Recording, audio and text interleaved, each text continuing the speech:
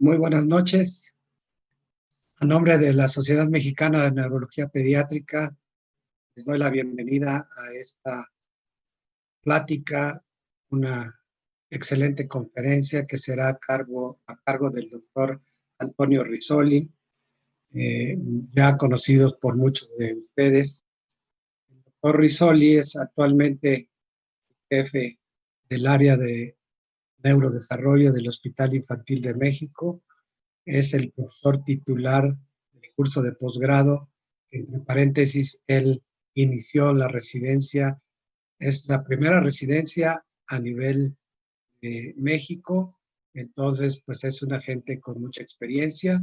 También dentro de sus palmares es el motor de la prueba de EDI, que es una prueba que se utiliza y es conocida también por muchos de nosotros para detectar problemas del neurodesarrollo. El doctor Risoli actualmente pues es una de las gentes que más ha trabajado en este campo, no solamente a nivel México, sino a nivel de Latinoamérica. Tenemos mucha gente en común que cuando uno platica fuera de México, inmediatamente le preguntan a uno por él. Entonces es una gente muy reconocida internacional y nacionalmente. Es que le voy a dar la palabra al doctor Risoli para que inicie su charla sobre actualidades del neurodesarrollo. Hola, ¿cómo están? Muy buenas noches. Yo soy el doctor Antonio Risoli Córdoba, neurólogo pediatra y doctor en ciencias, y soy el jefe del Servicio de Pediatría del Desarrollo y la Conducta en el Hospital Infantil de México, Federico Gómez. Muchísimas gracias a la Sociedad Mexicana de Neurología Pediátrica, a su presidente, el doctor Oscar Benavides, por la oportunidad de platicar con ustedes de estas perspectivas de qué retos enfrentamos en el neurodesarrollo en 2020. También, por supuesto, muchísimas gracias al doctor Malagón por su presentación. Es un honor para mí que usted lo haya hecho porque es un pilar en el neurodesarrollo para nosotros. Y entonces, para dar sentido a las perspectivas, lo primero en lo que me quisiera centrar es qué pasa con el aumento de estrés durante la pandemia. ¿Por qué? Porque la realidad es de que esta nueva normalidad en todo el mundo está cambiando. En análisis que se están haciendo recientemente, se deja ver cómo cerca de 8 de cada 10 niños a nivel global dejaron de acudir a servicios educativos en el mundo. Y esto es la primera vez que pasa en la historia de la humanidad, y más considerando que llevamos 120 años donde ya tenemos una educación primaria, donde tenemos acceso a servicios educativos, y es la primera vez en el mundo donde todos los niños están en sus casas. Eso no se había visto de esta forma. ¿Por qué? Porque ya teníamos una rutina, porque teníamos una estructura. Y entonces, aquí quiero aprovechar para compartir este resultado de un reporte de qué pasó en el aumento del estrés durante la pandemia en niños. Y entonces aquí lo que se ve en este estudio que estuvo publicado en JAMA Pediatrics es que en China se reportó un aumento en la prevalencia de depresión y ansiedad en los niños de primaria. Fue un estudio concurrente con la pandemia, y lo que se vio en 1,784 niños en Wuhan es que hasta 1 de cada 5 niños presentaba síntomas de depresión o ansiedad.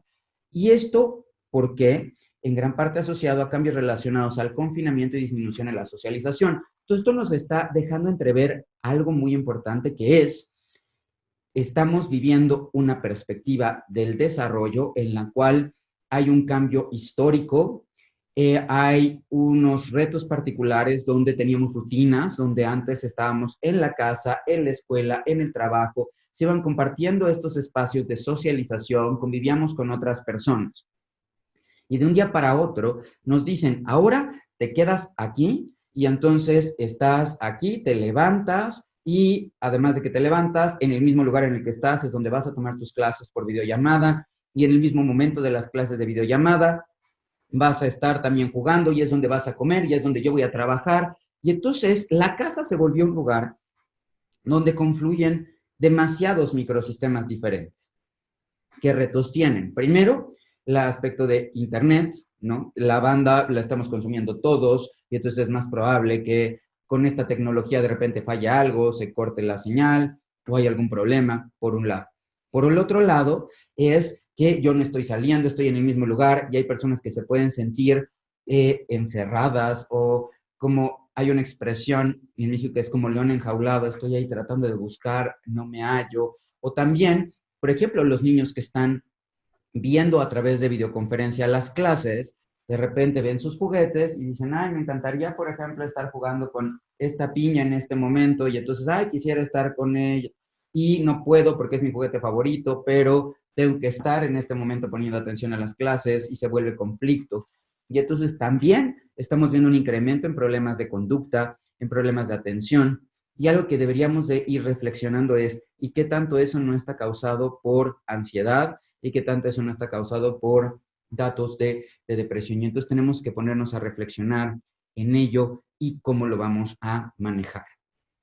Y entonces aquí quiero mostrar un estudio que fue publicado en 2013 en Neuropediatrics, que es de cómo una intervención en la escuela ayudaba a disminuir el estrés diario mientras favorecía la integración social en niños. Aquí lo que se describe es cómo intervenciones conductuales, cómo puede ser la introspección, es decir, voy a ayudar a que el niño se dé cuenta de cómo está respirando, de qué es lo que está sintiendo, y intervenciones enfocadas en juego cooperativo lograron disminuir de manera significativa los niveles de cortisol en niños. Y entonces algo que tendríamos que estar viendo en esta reflexión es cómo debemos de favorecer esta idea de mindfulness de Kabat-Zinn, donde podemos ayudar, por ejemplo, a través de burbujas de jabón que permitan hacer conscientes a los niños la fuerza de la respiración. Si yo exhalo muy rápido, voy a tronar la burbuja muy rápido. Si yo hago una inspiración prolongada y una exhalación sostenida, esa exhalación sostenida va a ayudar a que la tensión superficial que se está dando del jabón vaya permitiendo que esta burbuja vaya siendo más grande.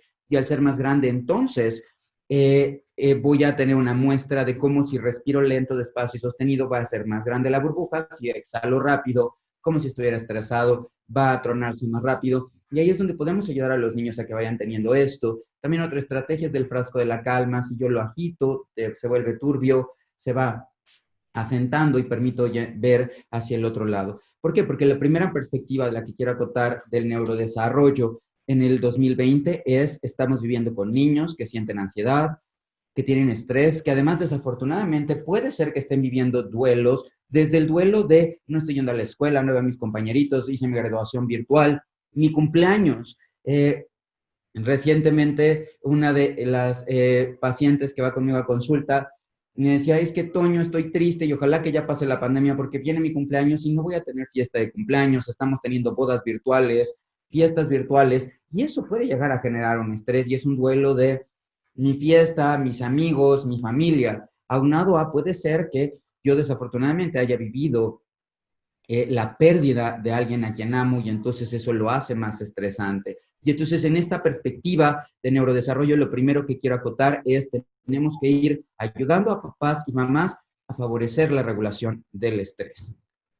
Ahora, en una nueva idea, es el mundo en el que vivimos no es similar al mundo en el que crecimos, y esto no es solo de 2020. Y lo que voy a describir en los próximos minutos es cómo ha cambiado este mundo en el que yo crecí. Frecuentemente en la consulta y llegan papás que dicen, es que pues yo no hablé hasta tarde y ahora soy un profesionista exitoso, o es que yo no hice tal cosa y me fue muy bien, yo no fui a educación inicial y estoy aquí.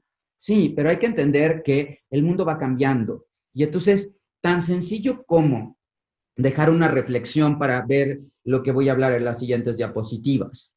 Cuando en 2000, si ustedes buscan habilidades profesionales en 2000, Banco Mundial, ponen esas palabras en Google, Banco Mundial, habilidades profesionales 2000, van a ver que venían conocimientos, destrezas y habilidades como el punto más alto. Pero ¿qué pasa si ponen esas mismas palabras en el buscador de Google hoy en 2020? Las 5 principales habilidades profesionales que se esperan son liderazgo, trabajo en equipo, comunicación, solución de problemas y creatividad. Y entonces lo primero que tendríamos que plantearnos es, a ver, yo era muy bueno en las matemáticas, yo no era muy bueno en la lógica, yo era muy bueno aprendiendo cosas, gracias a eso me pude ir muy bien, tuve mejores niveles de calificaciones en las pruebas, pude haber conseguido becas, pude tener acceso a una universidad, y eso fue antes. Pero hoy, el tener conocimientos me va a augurar un éxito en el futuro. Y entonces lo primero que tendríamos que reflexionar en esta perspectiva de 2020 es, como profesionales de la salud, como profesionales de la educación, estamos dando consejería a papás para que sus hijos y sus hijas sean exitosos en 2020 con liderazgo, trabajo en equipo, creatividad, solución de problemas, o nos estamos centrando en que sean exitosos con las habilidades del 2000 que ya el día de hoy son obsoletas. ¿Por qué? Tan sencillo como la parte de aprendizaje y la parte de memorización.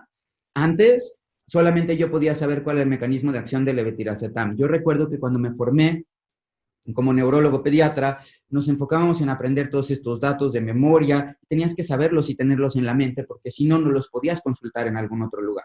El día de hoy, el conocimiento ya no es un valor, es un derecho.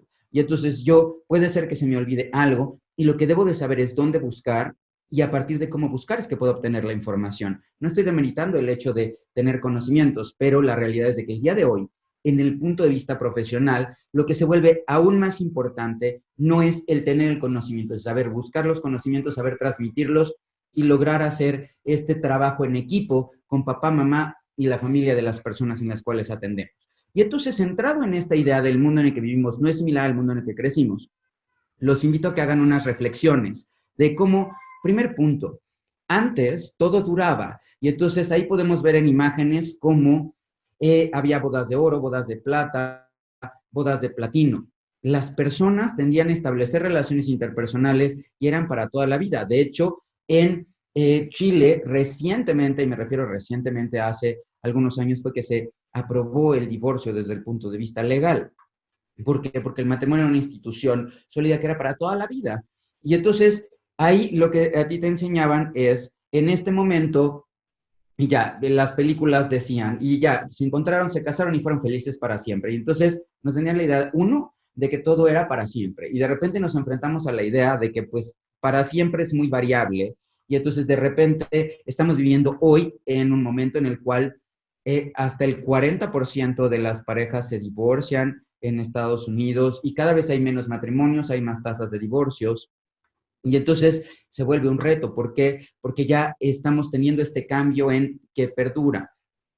Antes los amigos de la infancia eran los amigos de la edad adulta. El día de hoy tengo amigos aquí, cambio de escuela, cambio de lugar de residencia y entonces voy teniendo diferentes amigos en diferentes lugares, pero tengo a alguien que sea de toda la vida. Cada vez más este concepto de toda la vida se va limitando a tiempos más cortos. Antes, por ejemplo, para decir, a ver, ya vamos a establecer una relación sentimental seria, pasan años y entonces ya te conozco, vamos a hacer algo. El día de hoy salen 2 veces las personas y dicen, no, creo que esto ya va muy en serio y ahorita tengo que dar otras prioridades. Y esto se vuelve un reto desde el punto de vista de la permanencia de las personas en nuestras vidas. ¿Por qué? Porque antes, como podemos ver en las imágenes, los juguetes eran para toda la vida. Y entonces el primer gran reto que vemos es, antes un juguete se rompía, se reparaba.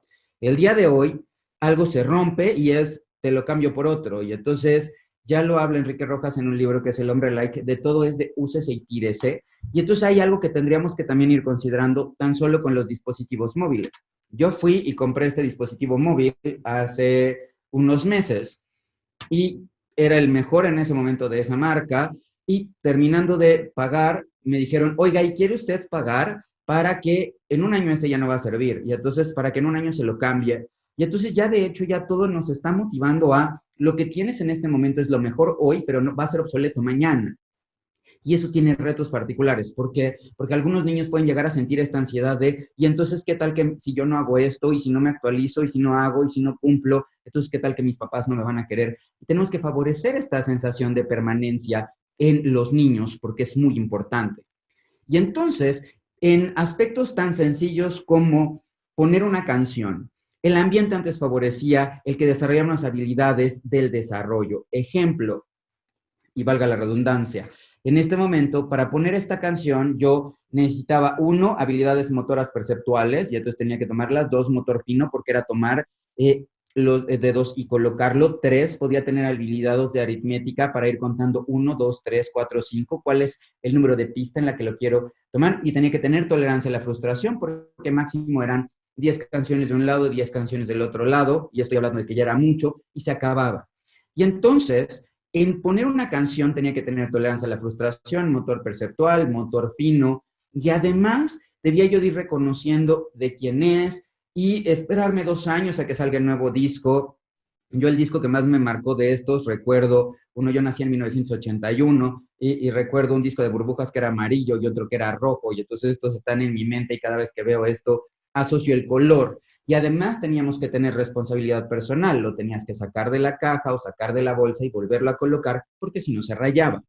De repente, en el aspecto del cassette, en el cassette pues ya nada más tenías que poner play, no sé si les tocó a ustedes, alguien de ustedes, que cuando querías una canción, te podías esperar horas en la radio y en determinado momento apretabas los dos botones para grabar.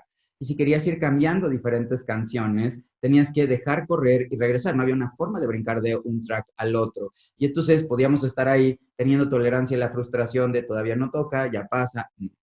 Y de repente llegó el CD, llegaron los dispositivos y el día de hoy ya incluso los comerciales dicen, a la hora en la que tú estés, donde tú estés, yo decido qué música es mejor para ti. Y eso tiene un reto particular. ¿Por qué? Porque ahora, literal, y como se denomina una aplicación, es Shazam y aparece la canción que quieres. Y entonces, ¿qué está pasando hoy con los niños? Ustedes pregúntenle a los niños, ¿quién te gusta? ¿Qué canción te gusta? A los niños de edad escolar o adolescentes, y pueden decir, pues me gusta tal tipo de música. Ok, pero ¿qué cantantes? Y entonces, por ejemplo, vimos ya One Direction fue lo máximo y llegó a estar en el pico y en la cumbre del mundo, y de repente ya fue y ya nadie habla de One Direction. Y ahora muchas veces es, sí, me gusta Marshmello, que ahí tiene una situación particular de que, por ejemplo, es una persona que tiene una máscara como de un malvavisco y entonces nada más tiene la cara pintada y algunos niños se identifican de que no tienen identidad y entonces son como Marshmello de invisibles, pero ahí es porque están identificando en una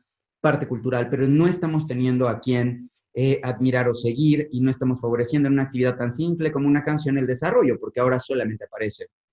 Antes, en la información estaba una diapositiva y yo podía aprender una diapositiva, que era lo que se estaba viendo. De repente llegaron las enciclopedias digitales y el día de hoy Wikipedia sabe más que cualquiera de nosotros. Y entonces también aquí algo que es importante es cómo lograr que los niños aprendan a trabajar en equipo, liderazgo y búsqueda de información, más allá de estar almacenando conocimientos que además antes eran limitados. Cuando yo estudié la primaria, me acuerdo de estas monografías o biografías, y en ese momento dabas la vuelta y venía un texto, máximo llegabas a una enciclopedia, pero la realidad es de que el día de hoy ya tú quieres saber y de cualquier cosa hay miles o cientos de miles o millones de páginas con información acerca de ello. Y en el aspecto, por ejemplo, de tomar una foto, lo mismo, antes para tomar una foto tenía que planearlo, pensarlo, hacerlo, y vivía yo para el momento.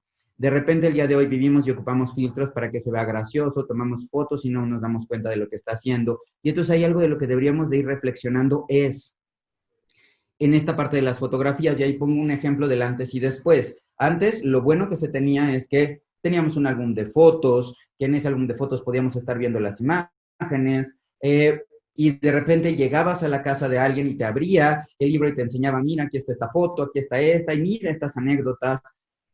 Primer gran reto ahí de nosotros con las fotos. Yo antes, por ejemplo, recuerdo que cuando era niño tenía fotos en la taza del baño o en el momento del baño, y era algo que tenían como en el tesoro y era como la prueba de amor hacia que llegaba alguien a tu casa. Y todos teníamos fotos privadas en situaciones incómodas, que eran privadas y nadie más las veía. De repente, con las redes sociales, hay algo que decirle a los papás, es no porque tengas en Facebook o en tus redes sociales privado, lo que subas va a ser privado, porque en el momento en el que lo subes a la red social se vuelve público, y entonces hay que decirle a los papás, ten mucho cuidado con lo que subes de tus hijos, porque tienen derecho a la privacidad, no tienes por qué estar subiendo fotos, no tienes por qué subir fotos de tus hijos o de tus hijas que no subirías de ti, y si tú lo subirías de ti porque te gusta ser exhibicionista, de todas maneras no tendrías por qué hacerlo, los niños no tendrían por qué tener redes sociales pequeños, y vaya, vienen otros retos adicionales de uso de tecnología, que es otro gran tema. Pero entonces esto pasa. Pero ¿qué era bueno de antes? Que yo tomaba la foto, nos reuníamos en familia y podíamos platicar cada uno de lo que estaba pasando, y es algo de lo que deberíamos de retomar. De ahí, ¿qué pasa? Cuando se era niño, por ejemplo, la sesión de comida era algo muy importante. Y vean aquí como toda una familia está interactuando, están hablando, están checando sus porciones. En cambio, en la familia, en el siglo XX, y en finales del siglo XX, principios del siglo XXI y hoy en 2020 es, ella está en el celular, ella está en la tableta, él está en su mundo escuchando música y el papá está trabajando. Y nadie está viendo lo que está comiendo y no están conviviendo. Y entonces algo que estamos viendo ahora en 2020 es, de repente, perdimos la convivencia, perdimos este espacio, cada uno estábamos como en redes sociales, convivíamos en ciertos momentos por el tráfico, las ocupaciones diarias, los diferentes lugares. Y entonces ahí la primera gran pregunta que tendríamos es, ¿y cómo afrontar esto? ¿Y qué es lo que está pasando? ¿Y cómo poder interactuar de forma positiva y oportuna cuando el ambiente nos está dificultando esto? Y ahí, entonces, hay familias que, por ejemplo, ahora no se conocen, no saben reconocerse. Con los adolescentes, de repente, sí, ¿en qué te quedaste con tu hijo? Pues a lo mejor en que tenía una relación sentimental, pero es la que ya lleva 3 relaciones sentimentales más. O tú creías que quería una cosa y otro no. Y entonces algo que tendríamos que ir viendo es, reconsideremos el que antes el espacio de la comida era un espacio para interacción. Y entonces algo que podríamos hacer es tener una charola donde vayamos depositando los dispositivos móviles para interactuar y podemos ponerle ahí el modo de alarma, en este momento lo voy a poner en modo reposo, pero si alguien me marca 2 veces o si es un número importante voy a contestar. Y entonces es ir retomando estos espacios. ¿Por qué? Porque hoy un gran problema que estamos viendo es el incremento de la violencia intrafamiliar, el problema de la ansiedad de los niños, como ya se oye en el estudio de Wuhan y que en México está pasando, más los duelos, más estos cambios, y que hoy añadiríamos un cambio nuevo, que es, antes se decía no utilizar más de 30 minutos los dispositivos en niños mayores de 2 años, y de repente el niño le decíamos no ocupes la tableta o los dispositivos, y de un día para otro es, ok, pero a partir de mañana vas a tomar tus clases en el kinder por Zoom de las 8 de la mañana hasta las 12 del día. Y entonces el niño que no está acostumbrado a estar frente a una pantalla, que por ejemplo el gran reto es que yo estoy viendo un punto verde, espero que lo que estoy diciendo esté siendo de utilidad y ojalá que me ayuden mandando comentarios, preguntas, para así poder interactuar y no sentir que solamente estoy hablando un punto verde. Pero uno de los grandes retos que tenemos es que se está perdiendo el contacto persona a persona, no podemos ver las reacciones emocionales de los otros, o por ejemplo, los niños quieren hablar y estaban acostumbrados a que en el aula alguien levantaba la mano, el otro contestaba.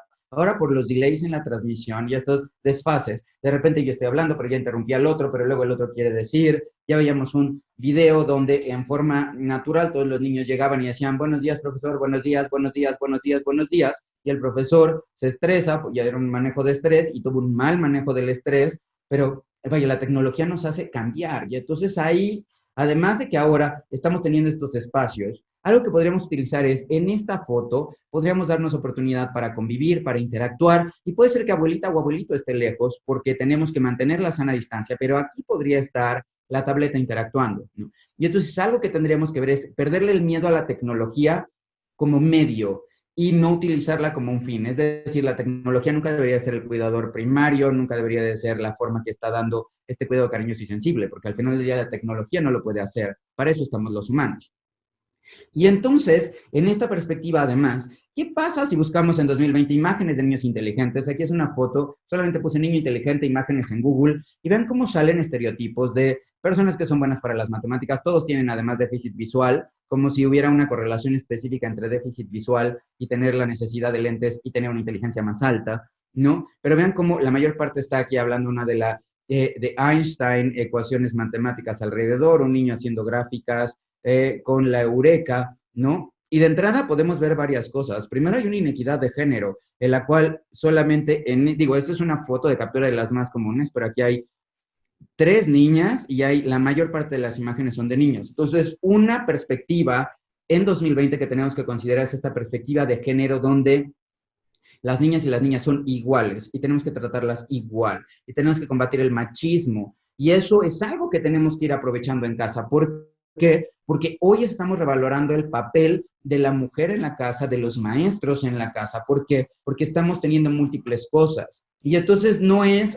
si yo estoy haciendo home office y me dedico a home office, tú estás haciendo home office, pero además tienes que hacer lo que estás haciendo en la casa porque ya te tocaba. Entonces deberíamos de aprovechar en esta perspectiva y de desarrollo de cómo incluir a todos los miembros de la familia para ir favoreciendo el desarrollo, para ir interactuando, para ir haciendo cosas que nos permitan el desarrollo. Y entonces tenemos que ir dándonos cuenta, y aquí quiero nuevamente acotar en esta imagen, que tenemos una inequidad de género. ¿Por qué? Hay una niña que se queda viendo hacia la nada y un niño que se queda viendo hacia la nada. Y entonces, el niño que se queda viendo hacia la nada lo refieren al neurólogo pediatra porque puede ser que tenga déficit de atención.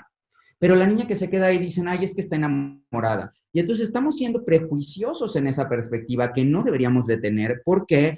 Porque el niño o la niña se están tratando de forma diferente. Y entonces aquí la clave es, no porque sea niña y empiece a hablar más temprano, no puede tener áreas de oportunidad en el desarrollo, no porque sea niño, ya va a tener más problemas. Tenemos que ayudar y una de las perspectivas en 2020, y es algo de lo que voy a hablar más adelante en el aspecto legal, es cómo lograr esta transformación para que los niños y las niñas ejerzan su derecho a una evaluación del desarrollo, a una identificación oportuna. Y nuevamente, en esta parte de idea de alguien muy inteligente es alguien que usa lentes.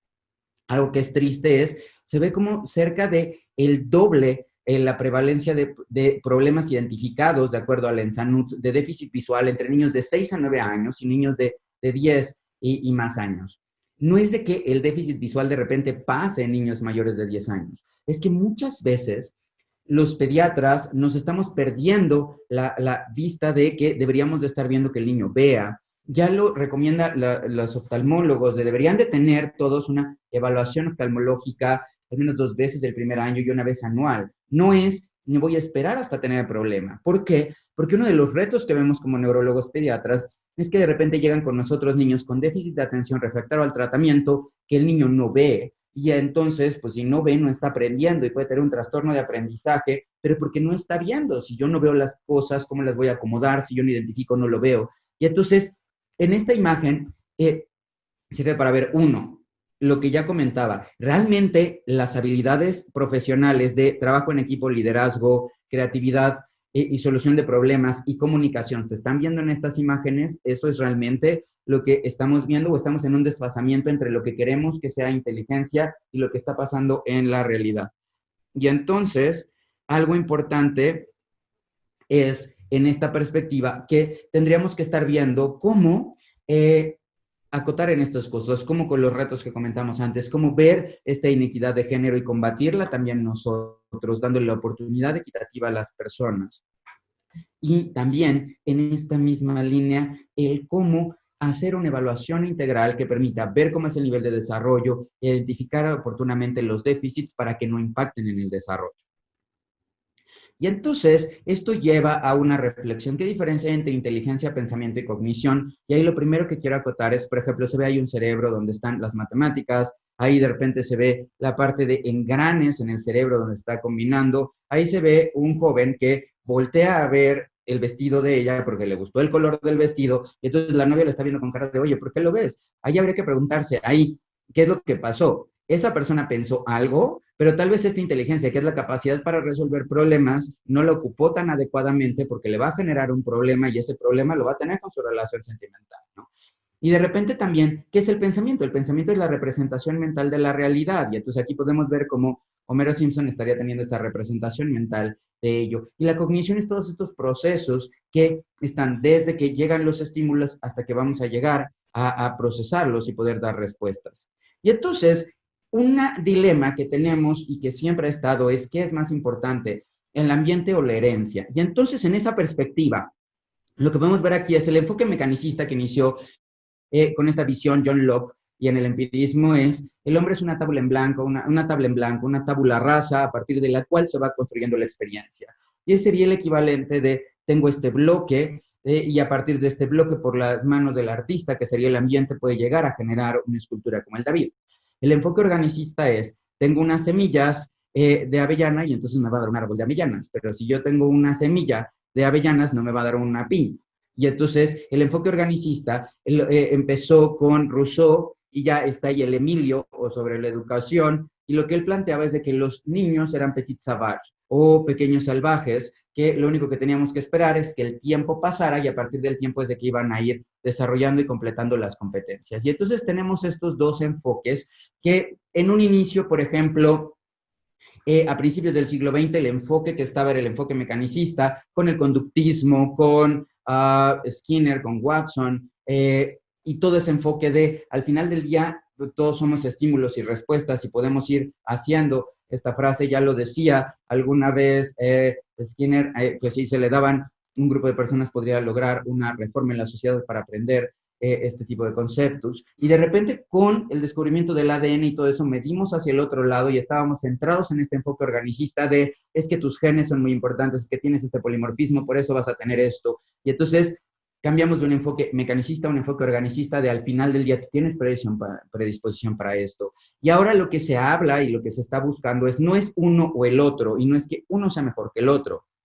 Hay cosas que explican unos, como por ejemplo el enfoque mecanicista explica la violencia como esta respuesta humana que busca el control. El enfoque organicista explica, por ejemplo, la agresividad como parte de la respuesta biológica que sí tiene con neurotransmisores asociados a estrés ante la frustración y que puede dar la ira y eso puede desencadenar la agresividad, ¿no? Y entonces tenemos que ir entendiendo estas dos partes y hoy en 2020 lo que se trata es de complementar. No nada más es la genética, no solo es el ambiente, es la combinación de genética y el ambiente la que va a ir haciendo las diferencias. Y en esta perspectiva es que otra de las cosas que cambia, cuando yo estudié pediatría, a mí me enseñaron que el desarrollo era a qué edad sonrió, a qué edad caminó, desarrollo normal, y entonces nos aprendíamos hitos de desarrollo. Y algo que va cambiando es que el día de hoy se reconoce el desarrollo infantil como un proceso de cambio en el que los niños y las niñas aprenden a dominar niveles cada vez más complejos de movimiento, pensamiento y sentimientos y relaciones con los demás. Y entonces, la clave aquí es un proceso de cambio. Y entonces, lo que yo debo de estar viendo es cómo va avanzando el niño. Y entonces es un enfoque de ciclo de vida donde no es de que ya haya llegado a cierta etapa y ya va. Es cada vez se va desarrollando más. Y elementos claves de la definición es de que se da cuando interactúa. Ya lo dice ahora este concepto del cuidado cariñoso y sensible, que voy a tocar un punto un poco más adelante, donde lo que se busca es esta interacción, favorecer el desarrollo e irlo haciendo. Y entonces es importante que el niño cuente con vida, salud y buena alimentación, pero también está la parte del apego. ¿Quién es que está ahí para mí cuando lo requiere? La interacción, la comunicación, la seguridad social, la consistencia y el acceso a oportunidades de aprendizaje y de descubrimiento. Y entonces se reconoce que es hasta los 6 años de edad. Y entonces aquí quiero cambiar de otra perspectiva para tocar brevemente esto de desarrollo cerebral, melanización y periodos críticos versus sensibles. Y entonces lo primero que quiero acotar es, en esta gráfica que podemos ver aquí está, en el eje de las Y es la formación de sinapsis, en el eje de las X está la edad, y entonces vemos cómo aquí se interpreta la densidad o el área bajo la curva para esta formación de sinapsis para diferentes circuitos. Y entonces podemos tener aquí, vean, como el circuito sensorial, este periodo crítico para formación de sinapsis, donde se están formando la mayor parte de sinapsis es en el último trimestre del embarazo y en los primeros 6 meses de vida. Y entonces de este circuito sensorial tenemos varios retos. Ejemplos puntuales. Yo quiero que el niño mire a los ojos. Estamos viendo ahora que hay niños que no miran a los ojos y eso puede ser un dato de autismo, sí, pero también puede ser un dato de que en este periodo crítico el niño no ve ya los ojos. Cuando yo cargo al bebé, a lo mejor estoy chateando y entonces estoy en el dispositivo móvil mientras estoy cargando al bebé y hay que decirle a los papás, no mires al dispositivo móvil, déjalo que vea a tus ojos y entonces establece contacto visual desde recién nacido cuando lo cargues para ver, hablarle y tocarle. Y no, dos, no dejar dispositivos móviles a menos de 30 centímetros en niños menores de un año nunca, que además no tendrían por qué estarlos usando, pero es algo que pasa. ¿Por qué? Porque si yo lo tengo a menos de 30 centímetros, la luz que emite el dispositivo móvil puede generar una hipertrofia del globo ocular y dar problemas oftalmológicos. Y entonces también, en esta parte de circuitos sensoriales, permítete dar masaje, tocar la piel del niño. ¿Por qué? Porque de repente solamente tenemos contacto piel con ropa y no hay contacto piel a piel, y eso es muy importante. Hay que decirle a los papás, establecen momentos y rutinas para favorecer eso.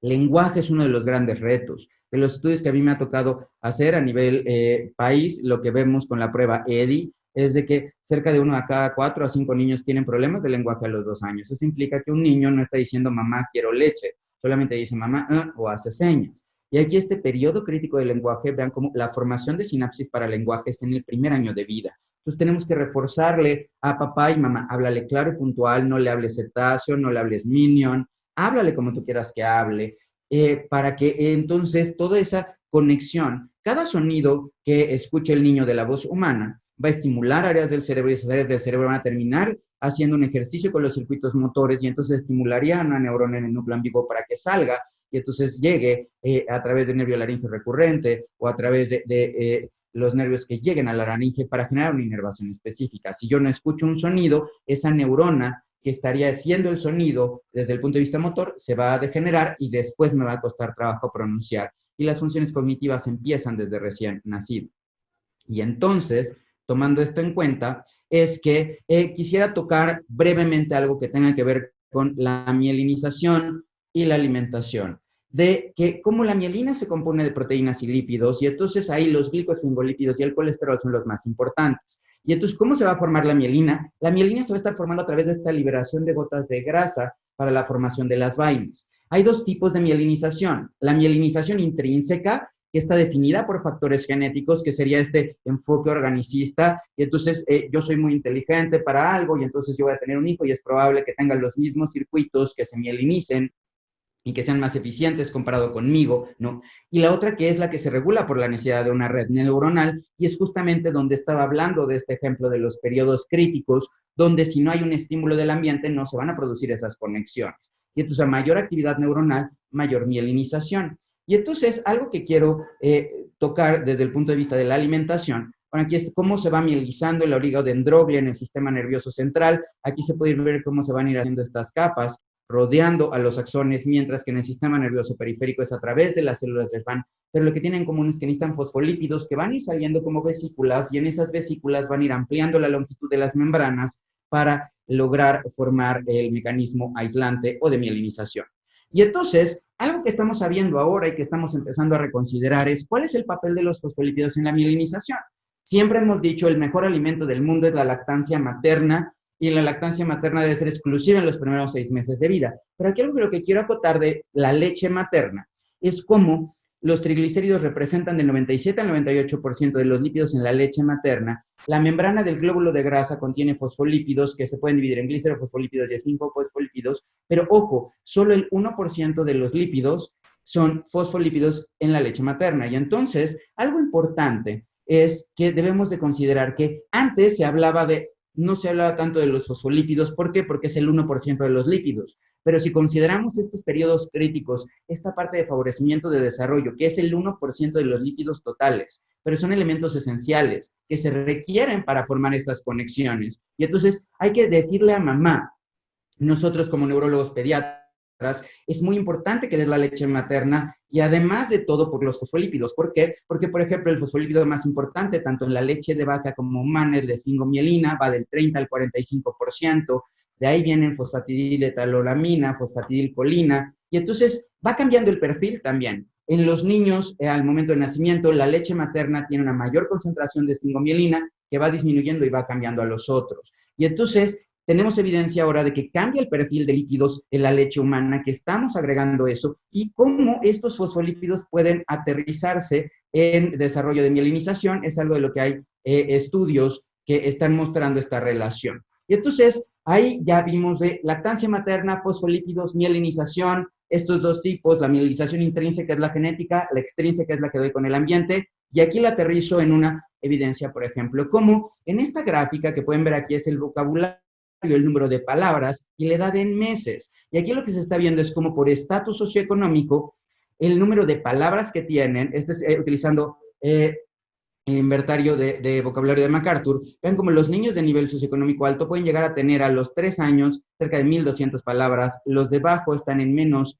de 400, es decir, tienen 4 veces menos vocabulario comparado con los de medio alto, y el medio está aquí promedio. Y entonces, ¿aquí qué pasa? Por un lado tengo que ver cuál es la nutrición, tengo que promover la lactancia materna, decir la lactancia materna es exclusiva, cuando des de comer no nada más des nutrición al cuerpo, mira los ojos, acaricia, toca la piel y establece contacto físico para favorecer estos circuitos, pero también lee mucho a tu hijo y habla claro, porque todo lo que tú estás leyendo, todas esas palabras, las va a ir acumulando el niño como una parte del léxico, y cuando las pueda hablar, las va a pronunciar.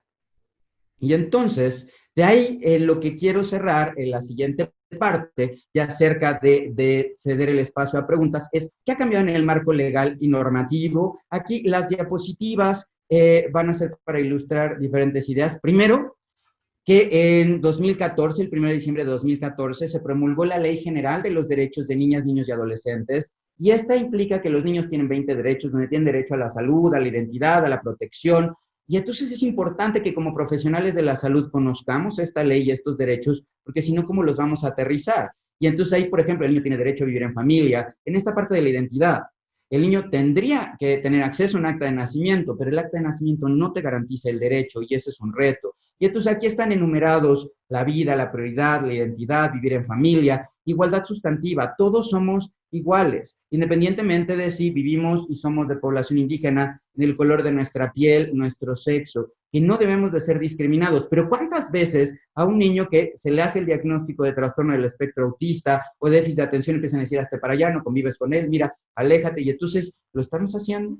Condiciones de bienestar y sano desarrollo integral. Y entonces es un reto, una vida libre de violencia, a la integridad personal. Pero ¿cuántos nosotros no ejercemos una forma de violencia en la consulta cuando de repente estamos hablando a mamá, el niño quiere decir algo y la mamá le dice, espérate, estoy hablando con el doctor, aunque está narrando lo que está viviendo con él? Entonces tenemos que reflexionar en eso. Y aquí vienen otros como salud, discapacidad, educación, descanso, convicciones, expresión, participación, y hay una reflexión de ustedes, y yo le pregunto a los niños lo que piensan y les doy chance de que hablen, asociación y reunión, intimidad, seguridad jurídica, en la parte migrante, y también el acceso a las tecnologías de información, y es un derecho, y eso lo estamos viendo ahora con la pandemia.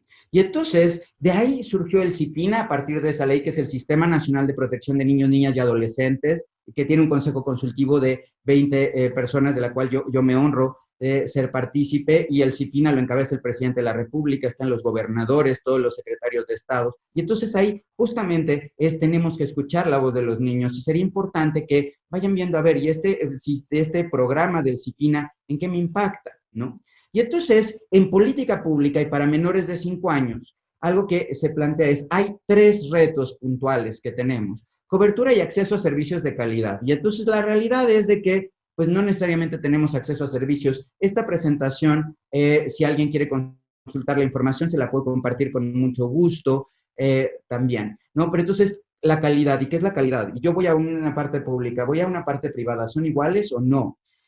Habilidades parentales y de crianza, y ese es un gran reto que tenemos, y también el acceso a la participación. Y en esta perspectiva, entonces, por ejemplo, aquí es mostrar, este es un copy-paste de este decreto por el que se reformó el artículo 3º constitucional, que se publicó el 15 de mayo del 2019. ¿Y por qué es relevante? Me voy a permitir leer textual el artículo que ahora está vigente en nuestra Constitución y que además es un aspecto muy bueno y que tenemos que conocer. Dice: artículo 3º constitucional. Toda persona tiene derecho a la educación. El Estado, Federación, Estado, Ciudad de México y municipios impartirá y garantizará la educación inicial, preescolar, primaria, secundaria, media superior y superior. La educación inicial, preescolar, primaria y secundaria conforman la educación básica.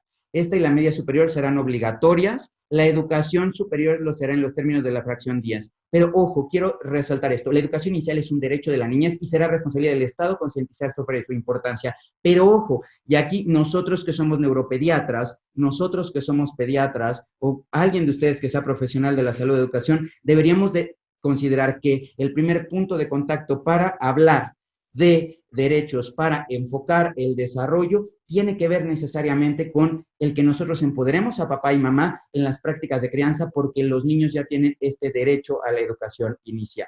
Y entonces, ahí deriva la ENAPI, que es la Estrategia Nacional de Atención a la Primera Infancia, de la cual salió de la Comisión de Primera Infancia, de la cual yo tengo el gusto de haber participado, la revisión también de los documentos, como mi papel de consejo consultivo integrante de esa comisión. Y les invito a que la vean, porque algo de lo que está planteando aquí es: necesitamos tener un cuidado cariñoso y sensible, fortalecer la empatía. Pero ojo, hay indicadores que nos impactan como neurólogos, pediatras, como profesionales de la salud y la educación. Ejemplo, viene la identificación de la discapacidad. Si son maestros y ustedes nos están viendo, viene ahí, y realmente el aula está con condiciones adecuadas y realmente estamos fortaleciendo y estamos formando a los docentes de inicial y de preescolar. Si yo soy médico, deben de tener una evaluación anual del desarrollo, al menos una, ¿no? Y la nutrición y la lactancia materna. Entonces aquí lo que se busca es dejar de estar viendo como en pedazos y ver qué es lo que requiere un niño y qué es lo que voy a darle a este niño para que tenga un desarrollo integral, y es una invitación para que vean en ello. Y entonces este ENAPI, como viene en esta infografía, es la política integral que garantizará una nutrición adecuada, una atención receptiva, protección y seguridad, oportunidades para el aprendizaje temprano y buena salud. Y entonces, aquí viene que ¿cuál es el objetivo? Es garantizar que niños y niñas menores de 6 años tengan un ejercicio de los derechos a supervivencia, desarrollo, prosperidad, educación, protección, participación libre de violencia, brechas de desigualdad en regiones geográficas y géneros, diversidad inherente a cada persona. Y entonces, esto es algo de lo que vamos a estar viendo. Esta ENAPI se promulgó, como pueden ver, aquí en el Diario Oficial de la Federación, el 2 de marzo de este año, y entonces es algo reciente que debemos de considerar. Y aquí, ¿qué pasa en desarrollo infantil y qué nos impactaría a nosotros en esta actualización acerca de ya el desarrollo infantil como parte de salud?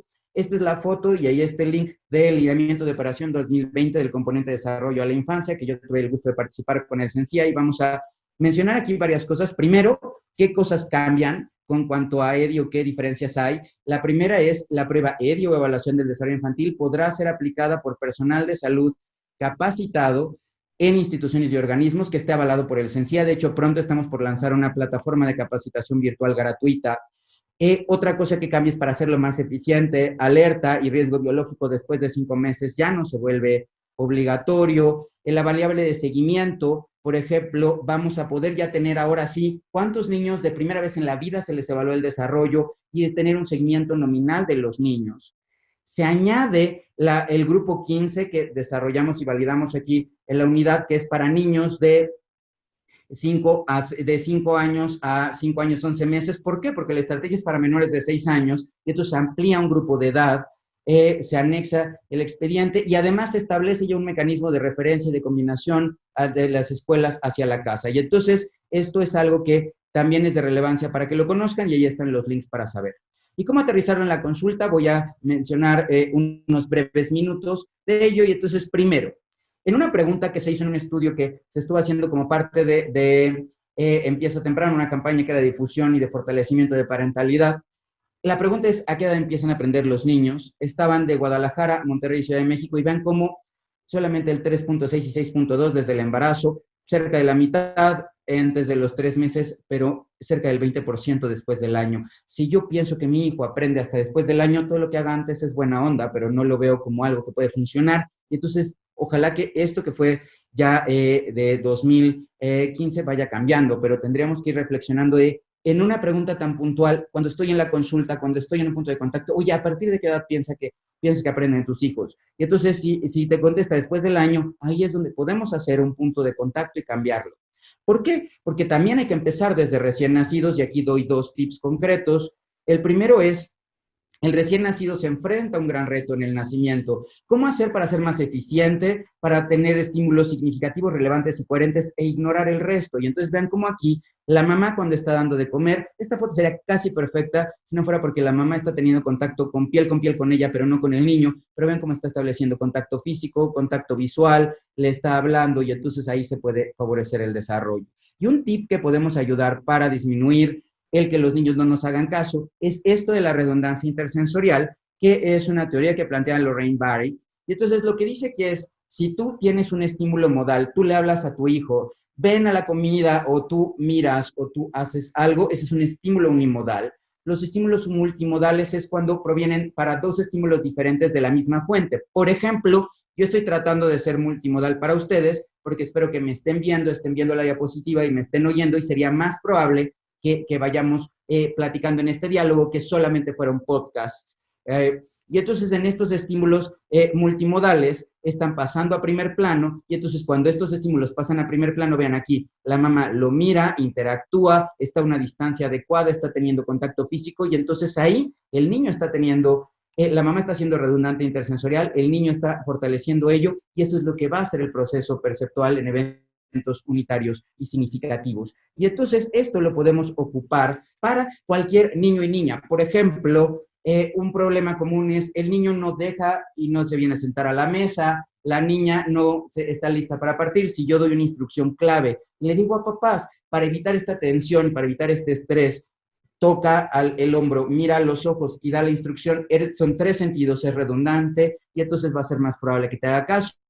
Y con esto concluyo la presentación para acceder al espacio de preguntas y ahí están los datos de contacto. Muchas gracias por la oportunidad y ojalá que haya sido de utilidad. Y con esto entonces doy pie a que podamos ahora sí interactuar y a partir de ahí responder sus preguntas. Muchísimas gracias y nuevamente un honor para mí, doctor Oscar Benavides, presidente de la Sociedad Mexicana de Neurología Pediátrica, de la cual me honra ser parte, y a todos ustedes por estarnos acompañando. Muchas gracias, doctor Risoli, por su excelente plática. Ha tocado algunas cosas que han sido cambiadas por el tiempo, por la tecnología e inclusive ahora por la pandemia. Es algo que nos llama mucho la atención porque esto cambia en muchos aspectos el abordaje de los trastornos del neurodesarrollo. Aquí tengo una pregunta muy interesante que vale la pena comentarla. Me preguntan María Lorena Lascano, doctor, ¿qué es el neurodesarrollo? Yo creo que antes hablábamos del crecimiento y desarrollo y de unos años para acá ahora se habla del neurodesarrollo. De hecho, depende mucho del contexto y de la historia, ¿no? El neurodesarrollo surge originalmente como esta idea de este proceso de maduración del sistema nervioso que va a tener una interacción directa con el ambiente y a partir de eso es de que el niño va a ir fortaleciendo las funciones ejecutivas y el desarrollo.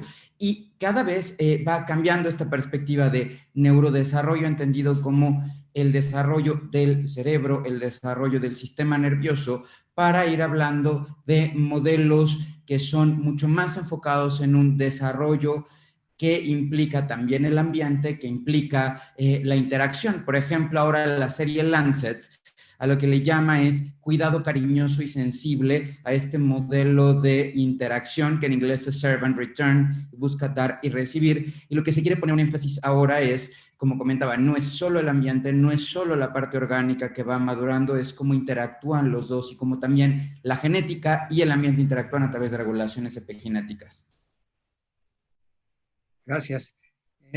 Algo interesante es lo que comentabas de que estas situaciones a veces hacen confundir algunos trastornos del neurodesarrollo, como el ejemplo que ponías de la niña que estaba pensativa y ya se piensa que tenga un trastorno de déficit de la atención. Ahora hay una circunstancia que yo he visto en pacientes con trastornos, sobre todo de aprendizaje de la escritura, el cambio que está sufriendo la ortografía a través de los mensajes en las redes sociales. Y esto está siendo algo muy interesante porque ya lo estamos viendo en alumnos a nivel de licenciatura. Sí, claro. De hecho, hace 2 años que tuve la oportunidad de estar en la IDEA Conference en Dinamarca, donde es una reunión de expertos de aprendizaje a través del juego a nivel internacional. Uno de los puntos que se estaba tocando es, con el advenimiento y el uso masivo de tecnologías, ¿qué tanto es realmente importante el continuar el aprendizaje de la escritura a través de pluma o de un lápiz para cambiar a aprender a la parte de teclado, ¿no? En el sentido de que cada vez más se ocupan más tecnologías, se ocupan otro tipo de problemas y eso se vuelve complicado. Entonces, en esa línea, lo que tendríamos que ir considerando es que cada vez más, por ejemplo, con la palabra hola, ¿qué hace? Yo recuerdo que hace poco estaba en esta frase de hola, ¿qué hace? Y ahí de repente lo escribían mal, lo escribían con S, sin H, y una serie de faltas gramaticales, y después mucha gente pensaba que así se escribía. Y entonces tenemos que ir pensando que de repente los predictores automáticos nos ayudan a ir haciendo nuevas cosas, a ir resolviendo diferentes problemas y no ver que los niños ya no están sabiendo escribir tan claro. De la misma forma, también ya los niños el día de hoy, por ejemplo, saben cómo desbloquear la tableta y hacer esto así, y entonces le preguntas cómo se cambia una página y el niño no reacciona diciendo, se agarra el libro y se pasa así, simplemente te dice, se hace así con la tableta. Entonces tenemos que ir tomando en cuenta la parte nueva en la tecnología. Y creo que eso es muy interesante. Hay una pregunta, dice, ¿qué hay con los padres mexicanos que deciden hablarles en inglés a los niños? ¿Esto es bueno o no? La respuesta es, lo importante es hablarle a los niños y también, de acuerdo a la parte de periodos críticos, y como comentaba en la exposición a diferentes acentos en el primer año de vida favorece que después esta persona puede llegar a pronunciar los acentos, que es muy diferente a enseñar gramática. Es decir, no es lo mismo yo estoy hablando a mi hijo para que vaya teniendo el acento y después pueda pronunciar como nativo, y ya hasta después de los 3 años sea que ya me centre a estar diciendo, a ver, esta palabra, por ejemplo, pollito chicken o traducciones simultáneas de palabras. Hay otra pregunta, esta es de una gente que se dedica a la psicología y es de Echeverría Ramírez de Lima, Perú, y él habla por qué los psicólogos deberían conocer la biología de los trastornos del neurodesarrollo. El primer punto es porque tenemos que ser un equipo que tenemos que aprender a trabajar juntos. ¿Por qué es importante saberlo? De hecho, yo actualmente estoy estudiando psicología y estoy por graduarme de psicología en la Facultad de Psicología de la UNAM. Y parte de los procesos se lleva una materia de ciclo de vida, se ve la parte de los procesos. ¿Por qué? Porque un primer punto es, la psicología estudia la mente humana y cómo puedes llegar a entender la mente si no entiendes el desarrollo y si no entiendes los procesos básicos que están dando pie al desarrollo.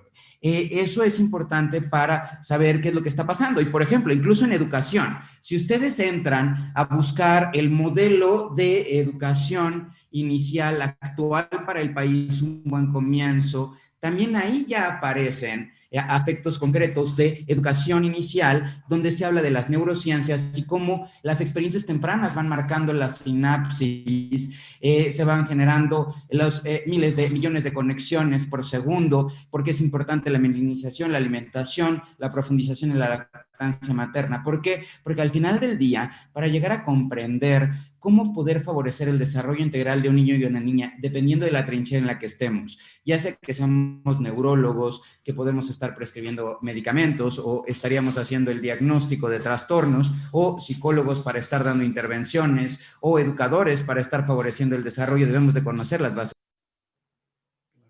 Creo que ese es un aspecto muy importante. Tengo una pregunta de Giovanna Becerra de Ciudad de México, que ella comenta que efectivamente para tener un buen neurodesarrollo, pues la convivencia social es importante y ahora con la pandemia, pues esto se ha limitado.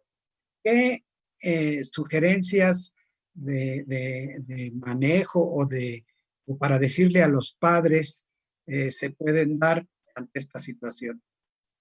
Pues yo creo que como platicábamos antes del inicio de la conferencia que tuve el honor de haber compartido con ustedes, se han roto paradigmas que nos han permitido darnos cuenta que, por ejemplo, antes reuniones virtuales se hubieran visto como no tan adecuadas, no tan bien, se habría preferido la parte presencial y lo que estamos viendo ahora es que en el mundo digital podemos estar cerca aunque estemos tan lejos. Estaba viendo por ahí algunos comentarios del Perú y de otras diferentes regiones, tanto de Latinoamérica como de México, y pues esto no lo pudimos haber hecho sin la tecnología. Entonces, lo primero es perderle el miedo a la tecnología, porque la tecnología llegó para quedarse y es una forma de estar cerca a pesar de estar lejos.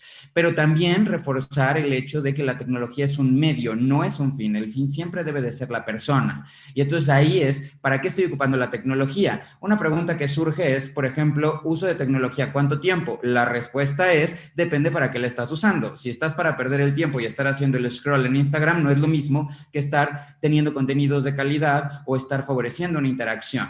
Y entonces es uno de los puntos. En menos de 18 meses ya la Academia Americana de Psiquiatría recomendaba el uso de videoconferencias. Y ahora estamos viendo que de repente abuelita y abuelito están con la sana distancia desde sus casas, estamos compartiendo por videollamada y están sentados a la mesa conviviendo con nosotros desde sus casas. Y entonces los niños están aprendiendo a socializar. Y aquí la clave como profesionales de la salud es, hay que decirles claramente a los papás. Lo que va a hacer que estén cerca es que, por ejemplo, con el olfato, si tú todo el tiempo utilizas la misma loción y en ese momento tú aplicas un poco de tu loción en el lugar donde esté el niño. Entonces te está viendo, te está oyendo y empieza a oler la loción que le recuerda a ti.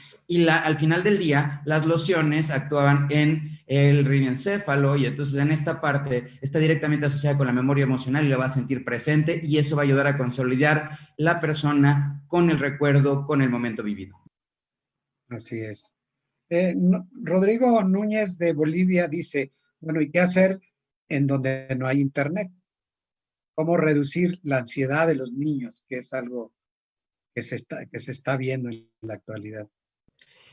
Bueno, de lo que comenta en Bolivia, de hecho, algo que justamente estábamos hoy platicando en un webinar que tuve la oportunidad de participar con Tejiendo Redes en la Infancia es, hay lugares en los cuales la brecha de acceso a las tecnologías, aunque como lo mencioné en la Ley General de los Derechos de Niñas, Niños y Adolescentes, ya está estipulado en México el derecho a las tecnologías de información, el derecho a tener acceso. Y entonces, estar ayudando a controlar mi frecuencia cardíaca, hacer ejercicios de mindfulness. Pero hay dos estrategias que yo ocupo con los niños y con las niñas. Es, uno, hacer consciente la respiración a través de, por ejemplo, hacer burbujas. ¿Por qué? Porque cuando se tienen unas burbujas, si tú sueltas aire, exhalas rápido, esto va a hacer que la tensión superficial rompa la burbuja y no crezca. Y si tú empiezas a hacer exhalaciones sostenidas y constantes, entonces el niño va a ir viendo cómo la burbuja va a ser más grande y ese equivalente de la burbuja es exhalaciones sostenidas prolongadas, van a ayudar a disminuir la frecuencia respiratoria, con ello va a disminuir la frecuencia cardíaca y lo estoy viendo en físico. Y entonces el hacer ejercicios con burbujas de jabón puede ser una buena idea.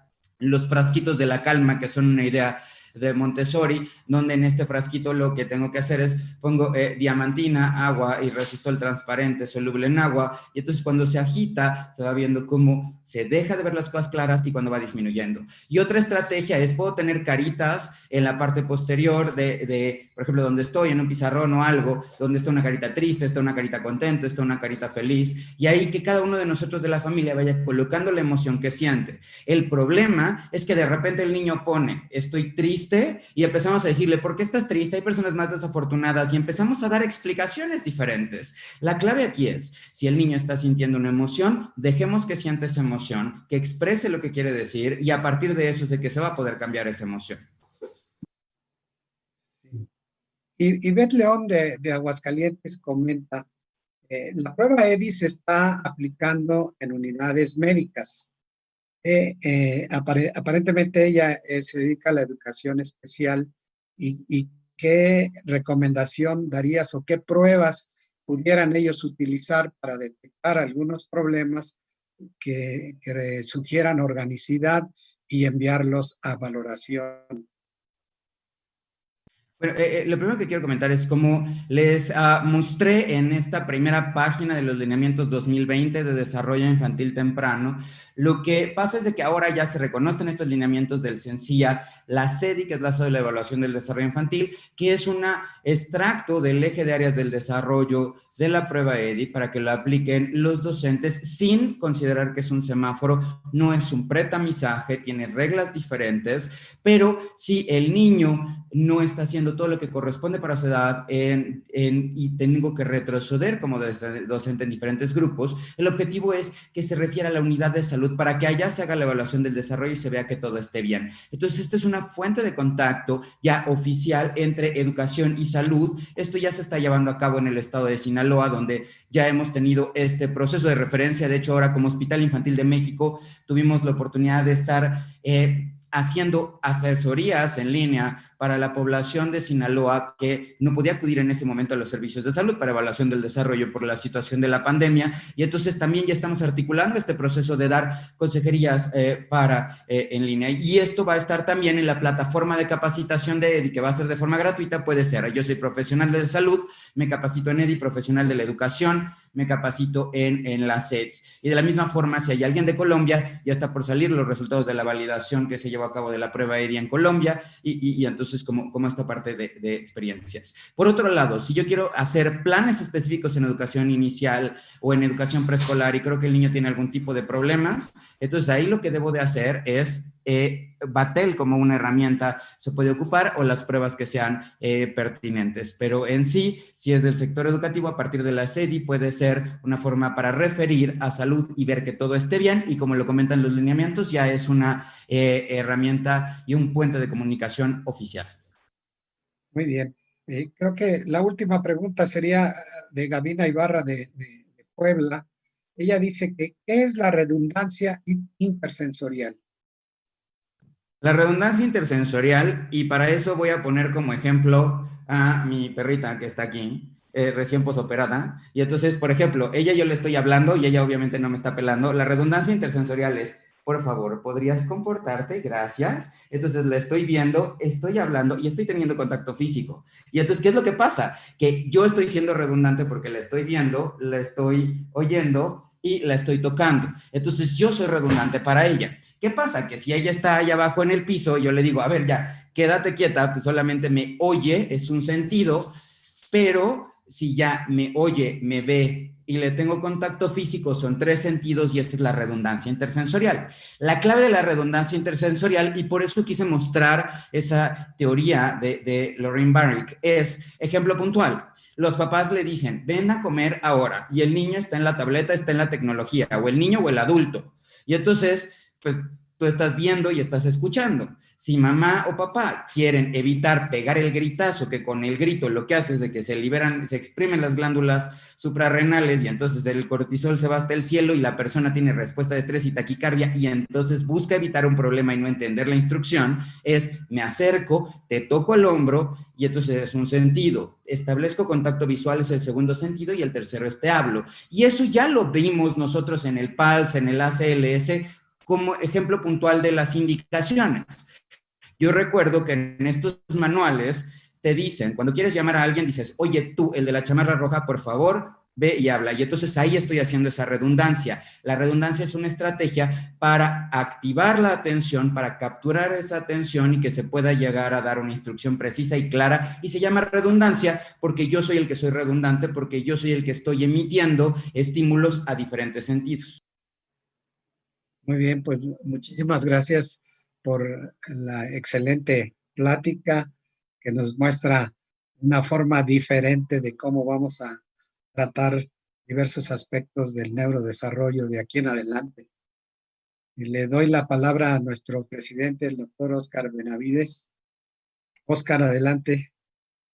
Hola, ¿qué tal? Muy buenas noches a todos. Muchísimas gracias por esta participación que han tenido y habernos acompañado en esta interesante plática. Creo que hoy uno de los puntos más importantes para poder desarrollar habilidades y poder determinar que esas habilidades van a ser importantes en el desarrollo de nuestra vida, pues es conocer esta faceta del neurodesarrollo. Quiero agradecer profundamente al doctor Jorge Malagón Valdés por haber participado con nosotros.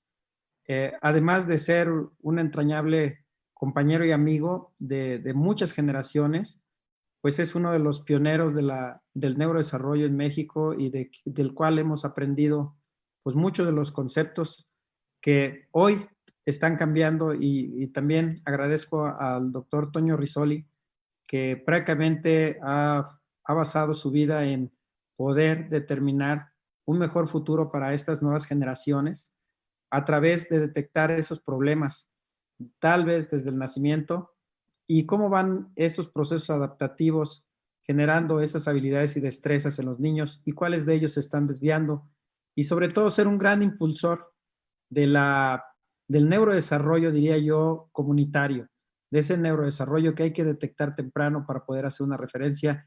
Y creo que es el punto más importante donde todos como profesionales de la salud debemos estar atentos a detectar esos puntos del desarrollo que se están desviando para poder tener una referencia y poder impactar de manera positiva en darles un mejor futuro. Muchísimas gracias, doctor Jorge Malagón. Muchísimas gracias, doctor Toño Risoli. Muchísimas gracias al público. Les voy en este momento, vamos a darles su constancia de participación, primero al doctor Jorge Malagón. Gracias. Y al doctor Antonio Risoli. Un honor, muchísimas gracias. Muchísimas gracias por acompañarnos.